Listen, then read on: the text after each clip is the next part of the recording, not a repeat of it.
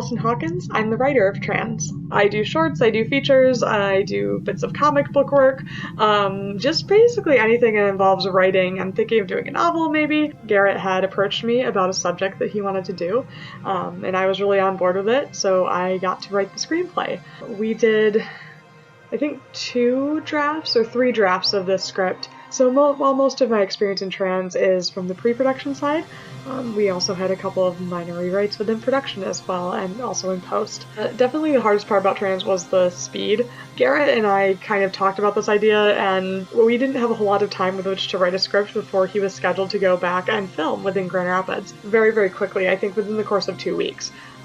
Which may not seem, particularly fast for something that's only 10 pages, but really when you're dealing with a subject like this, that's an incredibly fast turnaround. And it's particularly hard when you have a topic that's sort of this big and with so many different things to kind of think about and consider when you're writing a piece like this. I think the thing that's most relatable about Trans is actually the conversation part of it. I think this is going to be a conversation that we will end up having in the future about what do we do when we upload our brains to the internet. Is that something that we even want to do?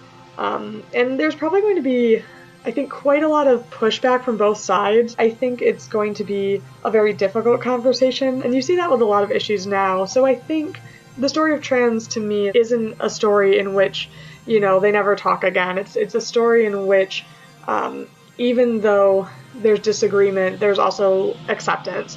And I think that that's something that is extremely relevant in the world today, and I think that that will continue to be relevant as we have these issues that really divide us as people. There's a writer who talks about how they read because one life is not enough, how they want to sort of experience more lives through books. And I think film is actually very similar. I think when we watch a movie involving someone who is not us, whether that be a person from another place, a person from another time, of another religion, another gender, ethnicity, kind of allows us to vicariously experience someone else's life. And so any story that has, drama and conflict and, is gripping on just a human level, I think all of those stories really need to be told.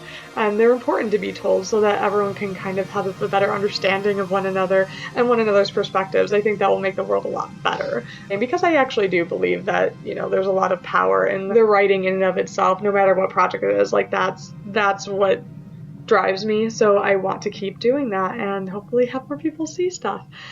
This is my first work that's on film, actually filmed, which is very exciting to me. So thank you for watching it. I hope you enjoy it.